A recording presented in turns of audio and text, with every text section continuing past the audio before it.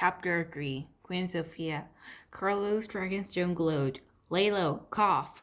Then the dragon coughed and the orange popped out of his mouth and landed into the sand. Diego pointed his magic wand at the fruit. Orange, orange, you must stay. No more moving around today, he chanted. The orange stayed put. Wonderful, Diego said. Let us be on our way. Everyone made sure they were lane where the Earth Dragon glowed green. A bright light flashed and the whole group transported in an instant. Wow, that was fast, the soldier said. Follow me, everyone. They had landed outside Queen Sofia's castle in the royal city of Arthia. The castle's white towers gleamed brightly in the sunlight. Blue-gray roof tiles topped the towers. The soldier climbed down from her horse and led them through the main entrance into the great hall. A long table stretched from one end of the room to the other. Queen Sofia stood at the head of the table. She wore a blue and red gown with gold trim. A white scarf covered her head, topped by a golden crown. Diego, my royal wizard, thank you for coming so quickly, the queen said. And I see you've brought helpers. The wizard bowed, and so did Drake, Carlos, and Val. Worm lowered his head, and Lilo followed Worm's lead. Then Diego introduced everyone. We hear you found a nest of invisible dragons in your majesty, he said. Babies. Indeed we have, the queen replied.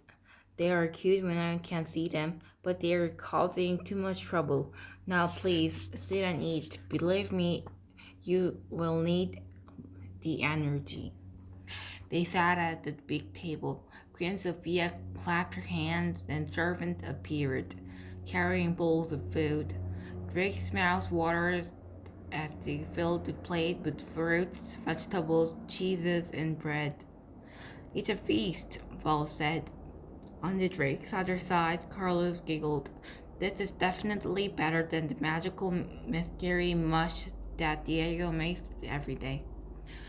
As they ate, Queen Sofia explained the problem.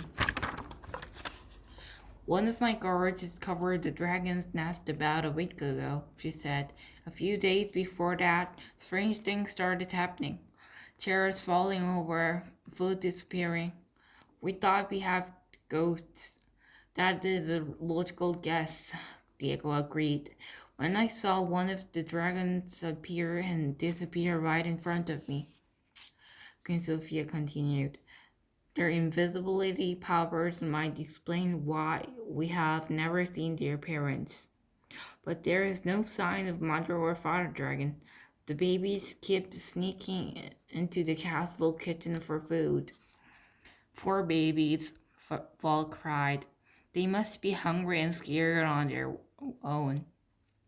Queen Sofia nodded. This is why I need your help, she said. Suddenly, a bowl of figs in front of Drake floated off the table. The figs vanished into thin air one by one. Drake's mouth dropped open in surprise. Did an invisible dragon just eat those figs? Chapter 4 The Dragon's Nest. Drake watched the last fig disappear. Then a loud burp came from the fig bowl. The air shimmered and the baby dragon appeared on top of the table. The dragon was about the size of a large dog. Her scales were a mix of shiny purple and green. The dragon sat up and rubbed her belly.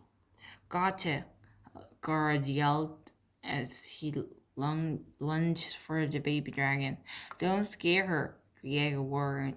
The dragon jumped off the table and ran to the nearest corner, shrieking.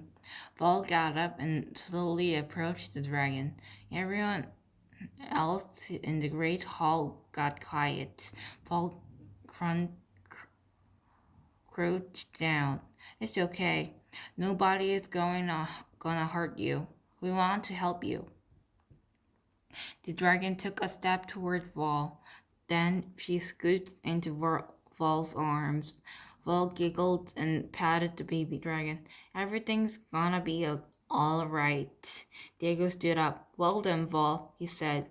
Then he bowed to Queen Sofia. Thank you for this wonderful feast, but I must see to the baby dragons. Shall we get there magically? She asked, standing up. Yes, my queen, Diego replied, and she took her hand. Meet us in the tower. Diego took the others, and then poof, he and the queen vanished in a sparkle of magical light. Then Worm transported Drake, Carlos, Vol, Lilo, and the baby dragon. They landed on top of a wide round tower. A giant's nest of straw had been built against one part of the wall. 3 castle guards were chasing after 4 more baby dragons who were running and tumbling all over the tower. Then the dragons saw Worm and Lilo. They ran to them, excited. 3 of them climbed onto Worm's back. The 4th ran toward Lilo, but jumped away when the lightning dragon threw off a nervous bark. Diego made a chirping noise. The baby dragons, including the one with Fall, all stopped at what they were doing. 5 heads turned toward the wizard, their eyes wide. Diego chirped some more, and the 5 dragons sat there on their hind legs and stared at him. Wow, that's amazing, Diego, Rick said. It takes practice, Diego said. He chirped again, and 5 baby dragons jumped into their nest. Queen Sofia nodded. Well done, Diego, she said. Now, can you and your helpers, find their parents? Diego stepped toward Drake stepped forward. Your Majesty, I can ask Worm to help. He can try to communicate with the baby dragons, he said. Then let him try, the queen said. Drake gave Worm the command. A minute later, Drake heard Worm's voice in his head. The baby dragons communicate with feelings, he said. They're confused and a little frightened and missing their parents. That is all I can sense. Drake told this news to the others. Diego frowned. I was afraid of that, he said. He snapped his fingers and a stack of books appeared. I have many books about dragons from this part of the world. Perhaps we can find a clue about the behavior of invisible dragons. Paul looked through the deck and pulled out a book called Rare Dragons of the Southern Lands. Paul handed it to Diego. Look in chapter 4. I remember reading something about the invisible dragons in here. Wow, Paul, you've been studying more than I thought, Carlos said. Diego paced through the book. You're right, Val. Here it is, he said. He read silently for a moment and then frowned. Oh dear, Diego cried. The parents of these baby dragons may be in danger.